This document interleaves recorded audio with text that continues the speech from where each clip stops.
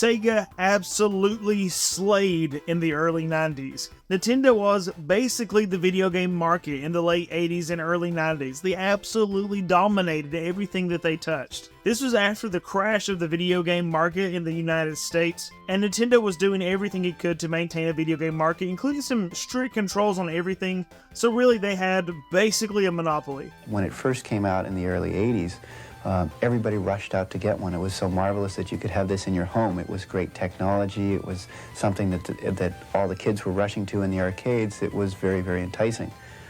Unfortunately, it was also junk. It's totally inappropriate. At this point, Sega came along and made God bleed. Basically, people started putting a lot of faith in Sega for a long time to be the long-destined rivals of Nintendo's squeaky clean image. Sega rode this high of incredible sales and market share for a short while, but obviously it wouldn't last. At this point, Sega began to have a bit of an image problem.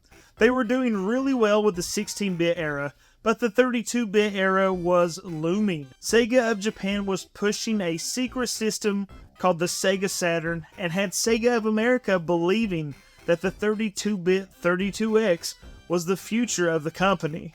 Let me sell it to you. And the 32X really isn't that bad of a system. It really pushed some 2D capabilities. There's a lot of potential for the 32X, but it just was never realized as people dropped off and Sega stopped support for it. So with this in mind, Sega of America had to sell the 32X under the delusion that it was not a stopgap for the next system, despite even what the press was saying. Nobody wanted to believe Sega when they're pushing this agenda that, hey, the 32X is our future. Nobody really bought into it. Why does everything gotta be so hard? So really, honestly, there was already blood in the water. Nintendo had drawn ire from Sony when they decided to go with Philips for their CD-based relationship, despite having told Sony that they would partner with them. Well, pardon me, Mr. Perfect! I guess I forgot that you never ever make a mistake! Most folks know that this ended in some craptacular video games. Yeah. Some absolute bastards born into the Zelda franchise as an example. Which really, I don't hate them that much, but a lot of people do. I get it, but whatever. As a matter of fact, it'd be nice to see some kind of like historical release for these. That'd be an awesome compilation. I digress. No, we can't be thinking about that. Another day. Well, this woke a sleeping giant. With their ire, Sony decided that they would make their own system now instead. I'm gonna go build my own theme park with blackjack and hookers. In fact, forget the park.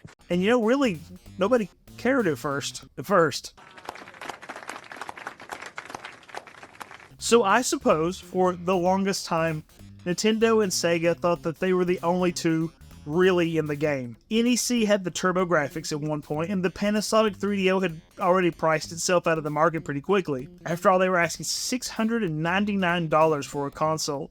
Too expensive! The real issue, again at this point, is that Sega hadn't generated enough success for itself to afford many mistakes. It didn't have that feathery bed of money, that insulation of wealth that Sony had and Nintendo, well, kinda had. Sega had made mistake after mistake with the 32X. The next hope for Sega in the console market was going to be the Sega Saturn, the 32-bit system that the 32X really was a bit of a stopgap for, despite what they said. Despite their protests, the 32X really was kind of the stopgap for this, the real 32-bit Sega Saturn, the real Sega system. Sega began really putting its eggs in that one basket, riding on the hope that the Sega Saturn would be the system to own this coming generation. This excitement was even heightened by Nintendo's next announcement. At this point, Nintendo was doing well with the Super Nintendo, so they announced that they would not be competing in the 32-bit market, but instead would look to the future with the next generation, the Ultra 64. Ka-ching for Sega, right? This worked for Nintendo because they were still putting out banger video games like Donkey Kong Country, which had graphics that blew people's minds, and Star Fox,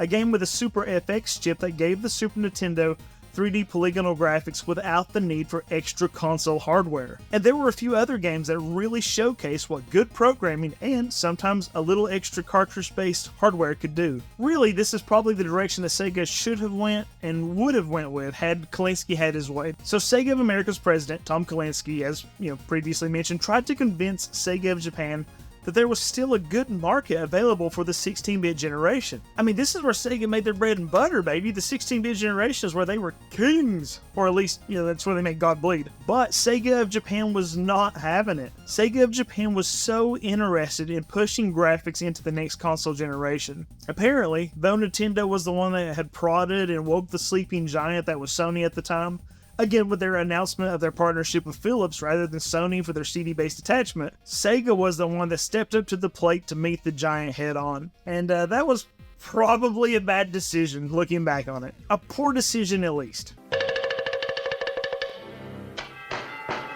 For understanding's sake, we're going to hit some milestones here, talk about a timeline a little bit, so you understand what was going on at the time and why the stakes were so incredibly high and really how what happened in the end is so significant. In this cavalcade of information, if there's anything else you would like to see me cover, anything specific you'd like to hear about, I'd be more than happy to make a video about it. You just let me know. Let's consider the timeline.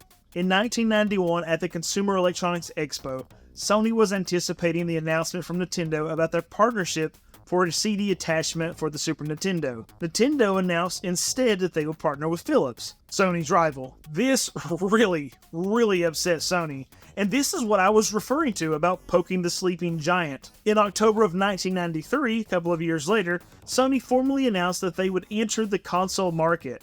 Sega Saturn development actually started the year before Sony in 1992. And again, Nintendo was still riding high with the 16-bit generation and decided against trying to compete for the next generation of systems. So really, this console generation came down to Sony and Sega, as Nintendo's Ultra 64 or Nintendo 64 as we know it nowadays wouldn't come out until 1996. That brings us to the first E3, the first Electronic Entertainment Expo ever. While this is no longer even a thing, this was huge. For years, E3 was the place to be. During the first E3, Sega went first and they announced that the Sega Saturn would be in stores immediately for $399. What? A system just out the blue like that? That's kind of crazy to think about, really. And this seems like a great decision to be like, surprise, mother lovers, it's out there, it's on shelves, go get it. Leave the press conference, go get you a Sega Saturn. And while this was exciting at first for consumers, the issue popped up soon that there was hardly any software ready to go with the system. Along with this, there was a short supply for just a few retailers, and Sega really upset retailers with this surprise, particularly the ones who were not chosen to host the first Saturn sales. Imagine your buddies with Sega, you've been selling their stuff for years, and they go, guess what? We've already got Sega Saturns on the shelves, and you go, not on my shelf. So really, Sega was sort of dropping the ball the entire way. While the announcements of the Saturn immediately releasing was neat, it would in no way prepare them for Sony's moment at the press conference. Despite having a huge handful of announcement papers, Steve Race, speaking on behalf of Sony, walked quietly up to the microphone without much fanfare. This was Sony's first foray into the console generation, remember. Sony had already showcased that the Sony PlayStation would be a force to be reckoned with. They had a solid piece of hardware with plenty of support from third-party developers. Sega had already showed their hand with announcing the Sega Saturn immediately being available. So what was Steve to do? And this is where it all happened. The whole point of the video is this crazy moment. This is how Sony killed Sega with one word. So Steve again walks up to the microphone, papers in hand, and he's standing there and he gets the mic and he says, $2.99. That's hysteria, it's crazy. He goes,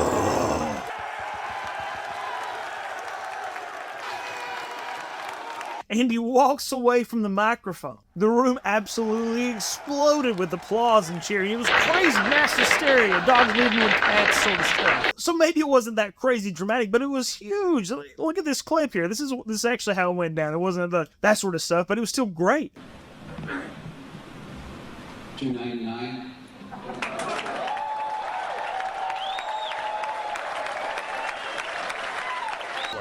I'd buy that for $1. Sega fans were already a bit miffed that they'd been milked for so much from the Genesis to the Sega CD to the 32X and now to the Saturn. Sega had continually asked them to pull money out of their wallets to be a Sega fan. And because of this, Sega had sort of lost their moment of attitude and awesome among gamers, as they expected too much loyalty from their fans to continue to dig into their pockets. You know what's not cool? Corporate greed. Sorry, Sony. So naturally, when Sony, offering the same sort of specs on their console as the Saturn had, announced that their new system would open $100 less than their competitors, it destroyed any momentum that Sega might have perceived they still had. The story continues to the next E3 and the announcements made that year, and how Sega continued to just fumble their success until they eventually left the console market. But that's a story for another video on another day. If you'd like to hear more about these events or any of these concepts, I would be more than happy to make videos about it. Just leave me a comment and subscribe. I'd be more than happy to. And if you're looking for more history of video games, check out this video.